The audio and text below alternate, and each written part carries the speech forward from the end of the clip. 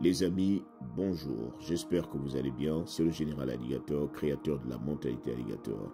Les amis, si votre intention était encore de venir aux États-Unis à travers la frontière du Texas, faites bas la terre.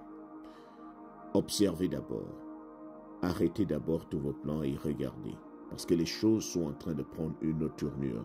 Et je ne voudrais pas que nous, Africains, qu'on se retrouve au milieu de cette bagarre entre l'État du Texas et le gouvernement fédéral. Je rappelle ici que le gouverneur du Texas a déjà déployé toute son armée pour défendre sa frontière et pour lutter contre le gouvernement fédéral. Vous vous imaginez à quel point c'est grave. Si les choses continuent comme ça, ça va réellement chauffer.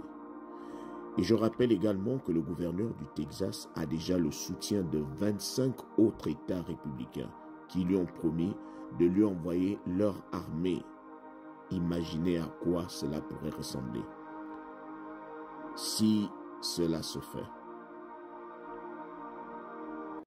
Les gars, vous avez constaté avec moi que les choses sont en train de prendre une autre tournure entre le Texas et le gouvernement fédéral. Les choses ne vont pas bien. Texas a décidé de passer à la vitesse supérieure. Et je rappelle par la même occasion, pour ceux qui vont se poser la question de savoir si le Texas peut tenir tête au gouvernement fédéral ou à la Maison Blanche. Le Texas peut le faire. Ce n'est pas la toute première fois que le Texas cherche son indépendance. Le Texas a déjà lutté pour son indépendance. Le Texas faisait partie du Mexique et le Texas avait lutté pour son indépendance pendant 1 an. Donc de 1835 à 1836. Donc le Texas est devenu indépendant le 2 mars 1836.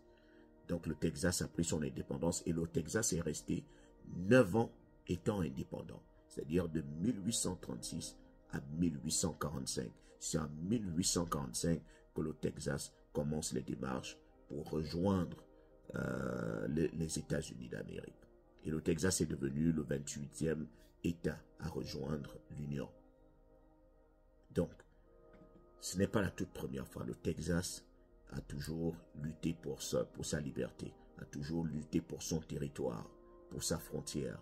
Ce n'est pas la première fois. Ils sont prêts. Donc, ceux qui veulent venir, faites d'abord bas la terre. Faites d'abord bas la terre parce que je sens que ça risque de tomber sur nous. Et ça va faire très mal.